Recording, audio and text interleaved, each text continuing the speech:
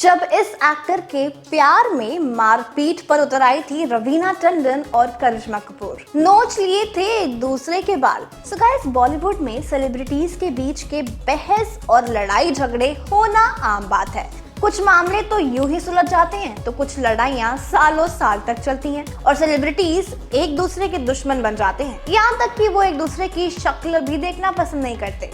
ऐसे ही लड़ाई एक्ट्रेस रवीना टंडन और करिश्मा कपूर के बीच रही है। रवीना टंडन और करिश्मा कपूर का नाम 90s की टॉप एक्ट्रेसेस में शुमार था और इन दोनों ने अंदाज अपना रक्षक और आतिश में एक साथ काम किया है।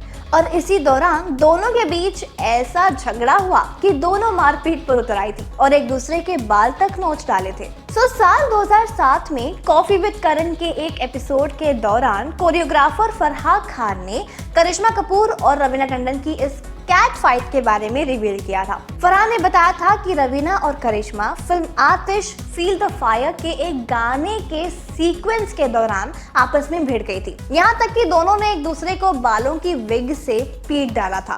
सो गाइस, 1994 में रिलीज हुई फिल्म आतिश में रवीना टंडन और करिश्मा कपूर ने साथ में काम किया था। फिल्म के एक गाने को फराह खान कोरियोग्राफ कर रही थी और इस गाने में रवीना और करिश्मा थी। शूटिंग के वक्त ही दोनों के बीच लड़ाई हो गई और दोनों एक दूसरे को हेयर विग से मारने लगी। इसके बाद वो एक दूसरे के बाल नोचने लगी थी।